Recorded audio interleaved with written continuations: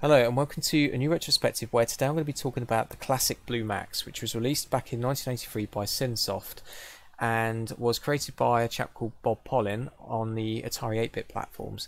It was also then converted pretty much straight away by a guy called Peter Adams onto the C64, and then when it was eventually sort of imported into the UK by US Gold, it was converted by, I think, possibly Ocean Software, onto the ZX Spectrum and possibly other platforms as well. So this is yet another game which I have extremely fond memories of growing up playing, and here you can see the cassette game which I originally first encountered. But when I first encountered it, I didn't pick up the game straight away, and this is something I'm sort of rather ashamed of, sort of looking back. So when I was sort of about 8 or 9 years old, I was kind of in my second-hand shop looking to buy some new games. They had a whole new set of games that had just come in. And I was kind of in there browsing through, and I picked up Blue Max, this sort of cassettes that you can see here, this US Gold release. And one of my next door neighbours, Shelley, who lived a couple of doors up the road, she came in and said, "Oh, that's a really good game. You should definitely get that one." Because I was thinking, I kind of thought to myself, "Oh, well, you're a girl, so how would you know if it's any good?" That kind of thing. So like terribly sexist 7 or 8 year old, and as a result, because it was a recommendation that come from a girl, I kind of put the game down and didn't pick it up, and it was completely shot myself in the foot essentially, because I ended up picking up, I think it was Super Gran for some bizarre reason, and you know, that's karma for you. I ended up with this really terrible game. But eventually, I mean, when I was hanging out with Shelley a bit later on, she had this Atari system, and she kind of said, "Oh, come and have a go on this game. I'll show you that Blue Max game that she was talking about." Because I said to her I didn't pick it up. She very kindly loaded it up, and one of the first things I noticed is that the tape was absolutely massive. It was like almost like a D90 cassette, because the Atari 8-bit platforms didn't. The actual cassette loading, it didn't have a fast loading system on it. It wasn't able to have a proper fast loader, from what I can recall. So all the games, even single loaders, would take up this massive reel of tape very often. They could take anything up to like 40 to 45 minutes to load, and I think Blue Max was exactly the same. It was something like 40 minutes or something ridiculous to load up.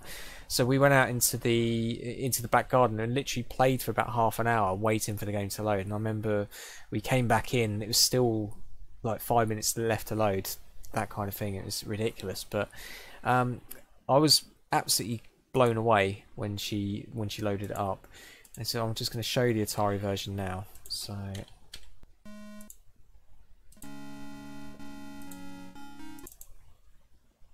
I can get the window capture, let's try that now. Here we go. Right. So probably going to crash on takeoff, because I have to remember which way it is. It's different on... Ah, here we go. So yeah, Shelley showed us this game, and I was really ashamed of myself for not taking her word for it. This game is very good, and from that point on, if a girl recommended a game, I wasn't acting like a complete dick from that point on and ignoring what they said. I did apologise to Shelley for not listening to her, and definitely not like that these days. But yeah, so I got to see the game, and essentially it's very much like Zaxxon from the arcade, the Sega arcade, where you control this ship and you sort of scroll diagonally, so you see things from a slight perspective, which is quite nice, and you just have to kind of destroy little targets on the ground and in the sky. So this was a kind of take on it. So it's set in, I think, sort of World War One, and you have to kind of blow up as many of these targets as you can. So within the game, you've got these buildings that you can blow up, and tanks and bridges. And on some of them, you get like a little target indicator that shows over the building. They're ones you need to try and desperately hit. The good thing about this is you can try and get the car, which I missed. But there's a lot of things to destroy as well. So as well as the buildings, I can try and blow out these little tanks. And you can, later on, you get loads of buildings that you have to try and destroy. And it's one of the first... Oh, it's a target. There we go. It's one of the first games that I found that you could actually pretty much destroy everything you saw on the screen. So on the later parts where you have all these buildings, you can pretty much, as long as you are quick enough, you can sort of destroy all of those buildings without any problem at all. and then you've got the little tiny tanks and the gun turrets as well that you can pick off, and it was completely up my street. I completely messed that up. Okay, so the Atari version's not really the version I played a lot growing up, but that's kind of a glimpse of what I was first introduced to. Seeing just having a quick game of Shelley's game on the Atari was enough to convince me to try and go out and desperately sort of search this game down and kind of make up for, let's get rid of that now, and sort of make amends for not listening to her judgment really and her advice. And I kind of started to hunt through secondhand shops trying to find it, but I could not find Blue Max anywhere. And it wasn't until I sort of chanced across a loose cassette game, which was given away on Ace magazine. So around about 1987, on their first ever issue, they gave away this really cool cassette where you have Blue Max on one side for the C64 and then Gift of the Gods on the other side for the ZX Spectrum. So apart from being gutted that I couldn't play Gift of the Gods, I was really happy to finally have a copy of Blue Max, and because it was a loose cassette, it was really dirt cheap from this shop. So I finally got hold of a 64 copy, and I was really, really excited. Later on as well, I managed to kind of pick up, because I think I lost that cassette. I don't know how I lost it, but I managed to pick up a copy on this cassette, which is Commodore format Power Pack issue 7. So before I started buying the magazine, there was this wonderful tape which had these 4 complete games, and Blue Max was given away on there, so I managed to pick it up again from on that cassette. But anyway, I'm going to kick into the 64 version now. So this is the version which I grew up essentially with, and which I've sort of played for many years and still load up today very often to play, even though I completed it so many times. So I'll try and talk through a little bit as much as I can as I play. So we've got a nice little title sequence.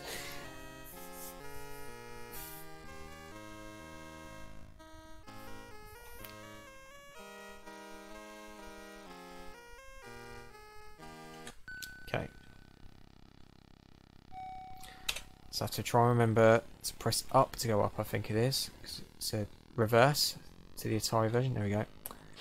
Because one of the things that you commonly do if you have not played this game before is that usually you'll crash on the landing because you press the wrong direction. It'll crash straight away, which is exactly what I did when I first played it. So yeah, I obviously prefer the 64 version a lot. I do think it's a lot better than the Atari version in terms of the visuals, the sounds, and everything. But it doesn't take away from the Atari version at all. I mean, the Atari version is a very good game in its own right. I just think Peter's done a very good job with the conversion. He's managed to kind of make use of the 64's sort of better sprite capabilities and that kind of thing. So the main, as I mentioned previously, the main aim is that you need to try and get these targeted buildings and objects in the game. So you might be a target on top of a car or a bridge or one of the buildings, and you need to try and get as many of those as you can. If you manage to hit all of the targets, it then progresses you onto a further part of the game, which could be destroy more buildings, or something like that. And then eventually, once you get another set of targets, it will then, if it feels you're good enough, it will then kind of put you onto the final run where you have incredibly heavy gunfire from the ground trying to take you down, and then you have to kind of guide it through to the end where you have to destroy this like couple of white buildings to then complete the game. And I'm hoping that's what I'm going to show you today. Find out how many of those targets I get. So there's one there. So that blue flashing plane meant that was a target that I had to try and kill, which I completely missed. And whilst doing that, I need to avoid these sort of gunfire that comes up at me. So when it's a black dot firing up at me, if it goes through the sprite, it doesn't have any effect at all. But when it explodes into that red explosion, if I collide with that, then I'll start taking damage.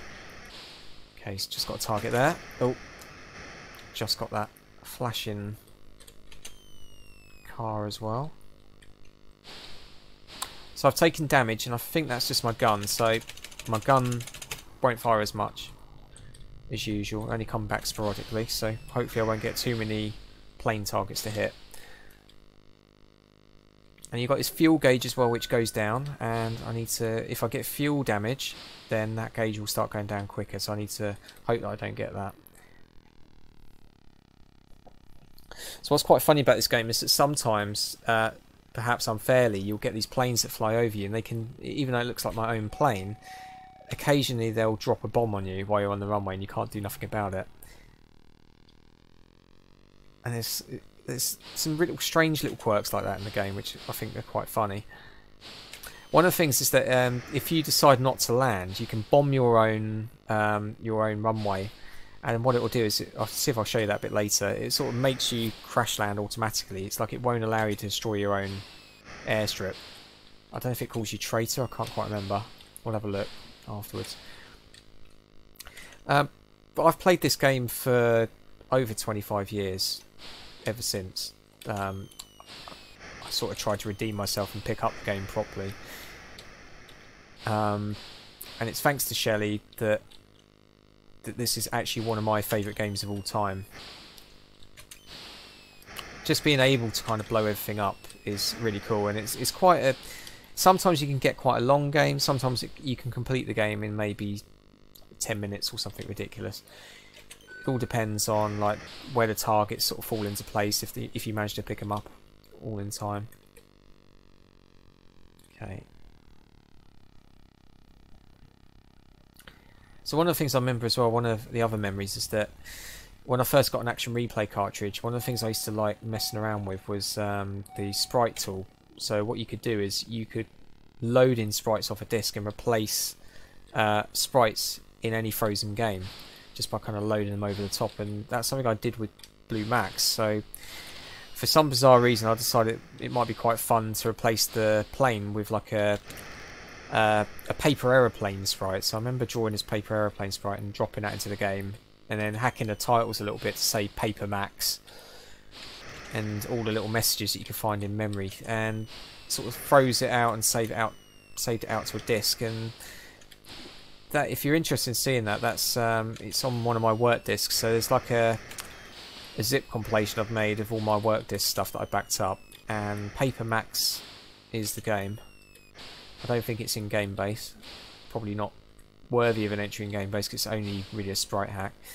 My friend Vinny, he's done an excellent crazy hack of this game as well, and I remember he was hacking the game whilst I sort of went over to visit him at Milton Keynes, and we're doing all kinds of weird stuff, like changing some of the values so the bombs actually went upwards when you shot them, which is quite funny.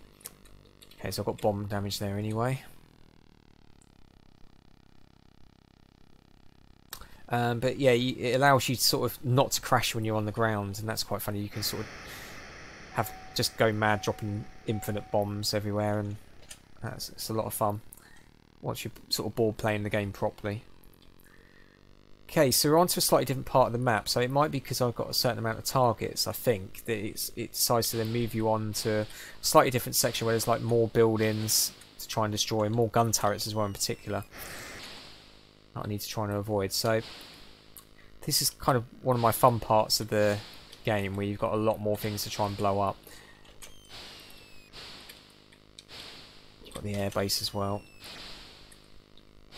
And it's really hard to try and blow up as much as you can.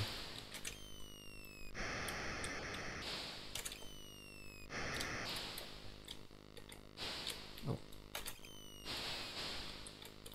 So there's no actual targets yet.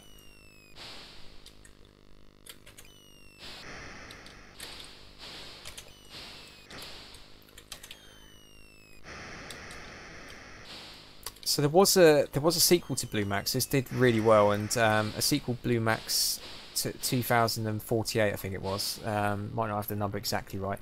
Was sort of set in the future where you controlled a spaceship, and I remember picking that up, and I was really, really disappointed with it. It wasn't anywhere near as good as the original Blue Max. I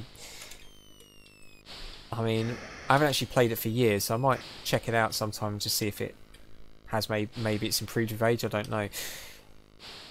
But Peter Adams, he kind of reused this engine a heck of a lot. So he done the original. He did an actual conversion of Zaxxon to the 64. So I haven't actually got the dates to hand, but it might have been that the Zaxxon conversion stemmed from his Blue Max conversion, possibly. I don't know, or vice versa. So after doing, he also did the sequel Blue Max 2048. Again, don't quote me on the number. And then he also did a really cool game later on, which was again, the same kind of engine. It was called Panther, where you sort of, rather than just kind of shooting and blowing things up, you had to sort of pick up, you had to destroy these little prison areas, I think, and then pick up prisoners and transport them without getting shot down by these enemy ships. And it's quite a nice little twist, really. A nice little budget game that was released by Mastertronic, and it's got a really cool David Whittaker tune as well. I didn't really play that game until sort of later years, so probably not going to do a retrospective on that one, but that's well worth checking out if you sort of enjoy Blue Max and fancy something very similar to try and check out as well. Okay, that was an extremely fast target I couldn't hit.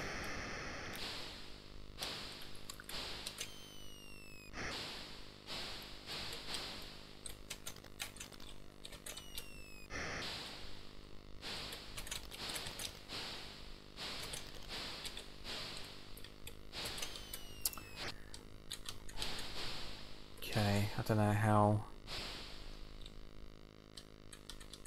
It's not going to be on the final run yet, so I haven't got hardly any targets, so it should be landing in a second.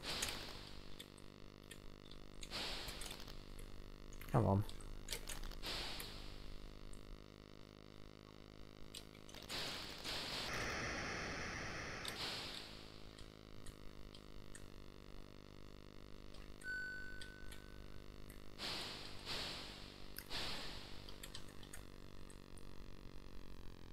So after I actually missed out on that black US Gold clam case release, for quite a few years I tried to pick up a copy of the game, of that original copy that I put back that time, and it wasn't really till recently I managed to pick up that copy that you just saw. How annoying is that? I can't remember if I told you that you could get your planes doing that. You randomly get your planes flying over and they can drop a bomb on you, which seems really unfair. But anyway, okay, let's have another quick go, see if we can get to that end screen.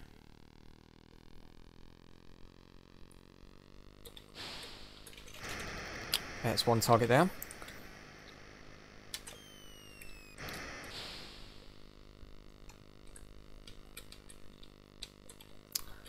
Hey, for a game from 1983, this still holds up extremely well. I don't think it's aged badly at all. It's still a lot of fun to play.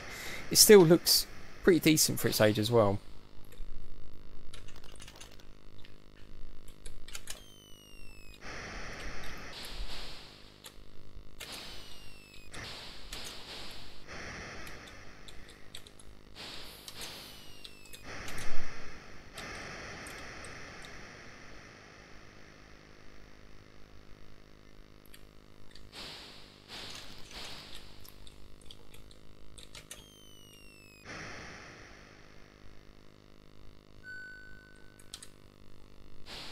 Okay, hardly any targets there at all.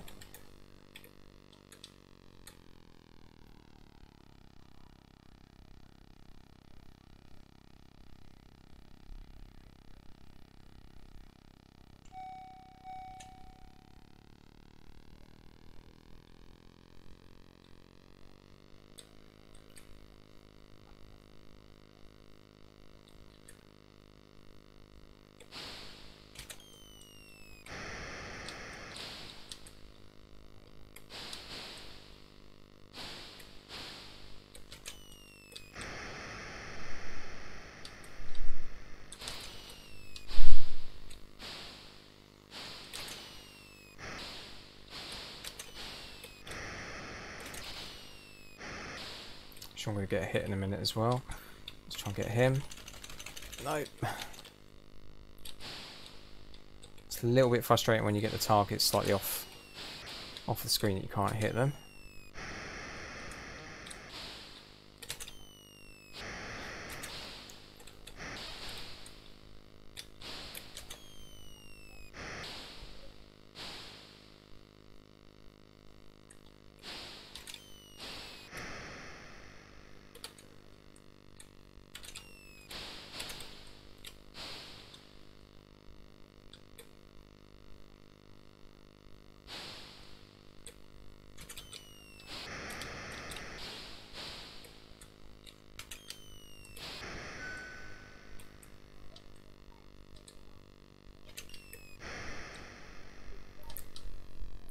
Right, fingers crossed I won't get bombed this time.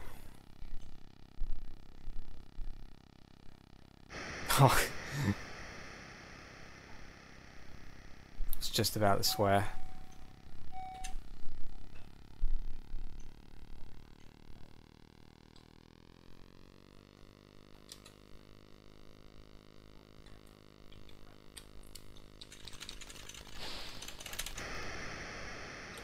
Ah, there we go. Well, that's going to make it a lot more difficult now.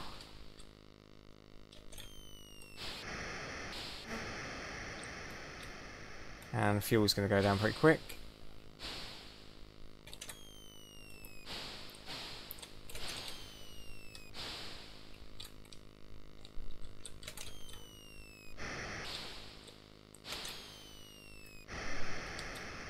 I think usually the targets on the buildings are those flat ones you usually see on the standard levels, the 2-floor ones. I've just missed a plane, so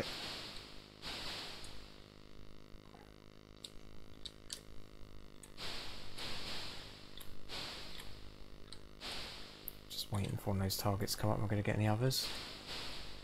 No.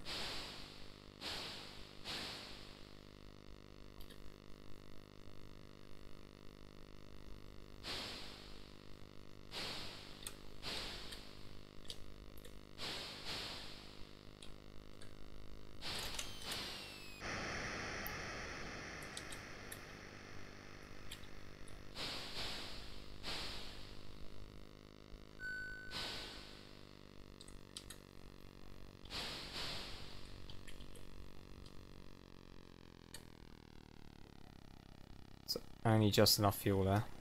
One of the things is your fuel can run out, and if you're on a particularly long flight run, then one of the things you need to try and do is when your fuel's about to run out is to put yourself as high up as you can.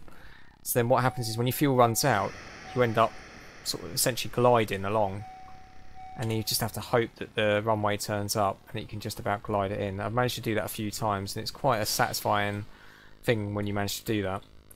But it's another neat little feature of the game, or nice little touch, really. I mean, look at that target. Okay, how the hell was I going to fucking reach that?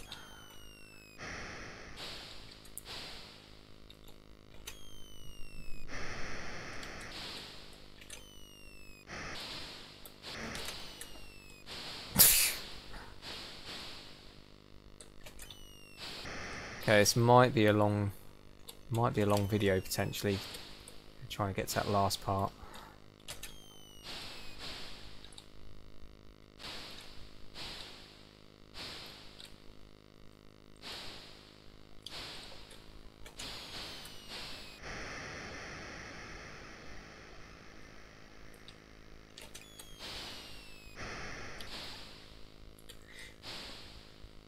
One thing I haven't checked out, so I don't know if you have to hit every single blue target on a level to get to that last part, if it's just a certain amount.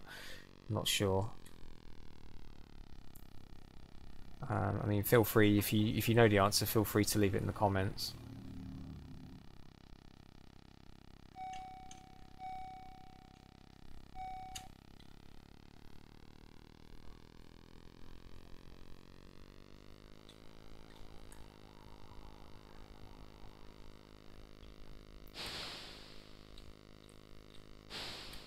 Okay, this looks a little bit different.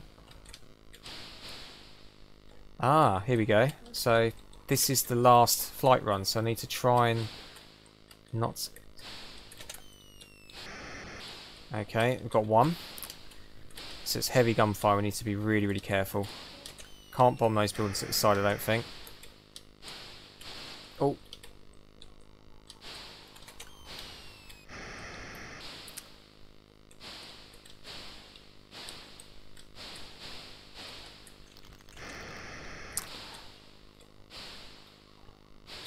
So I mean, it's not much of an achievement anyway, because I'm only really on a novice setting, I think. But it's just to kind of show you a bit of a run through the game. But I'm quite surprised that We actually did that last run. So that was the last run, and you have to try and hit all those 3 white buildings, and then get your plane safely back home. And then we should see the completion message with quite a low ranking because I haven't really got a particularly high score. Okay. There we go.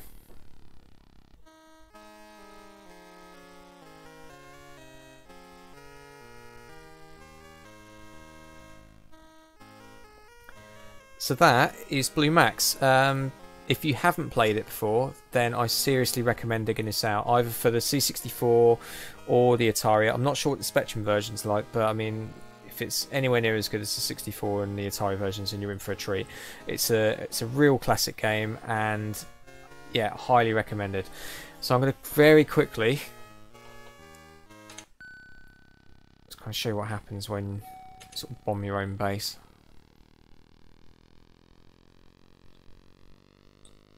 Say quickly once I get to the end of this level anyway. I'm going to speed up a little bit. Get on warp speed.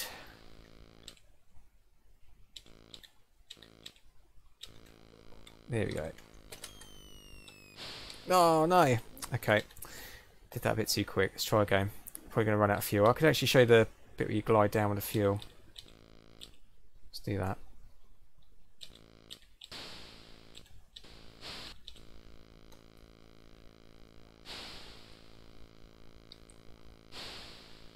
Okay, here we go. So, engine cuts out, and then we're going to go in for, hopefully we're going to get the landing bit. So, we've just got the landing part. Are we going to make it? This is like one of those old World War II films. And then, oh, look at that. Beautiful. And then got bombed up by one of my own planes after surviving that treacherous run. Okay, let's have one more go. This time I'll try not to speed it up too quick. Go past it.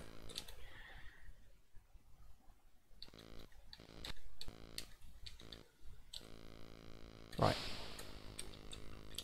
So I used to do this quite a bit for a bit of fun because I thought it would be a fun thing to do. And then it would just go into this sort of high-res monochrome mode.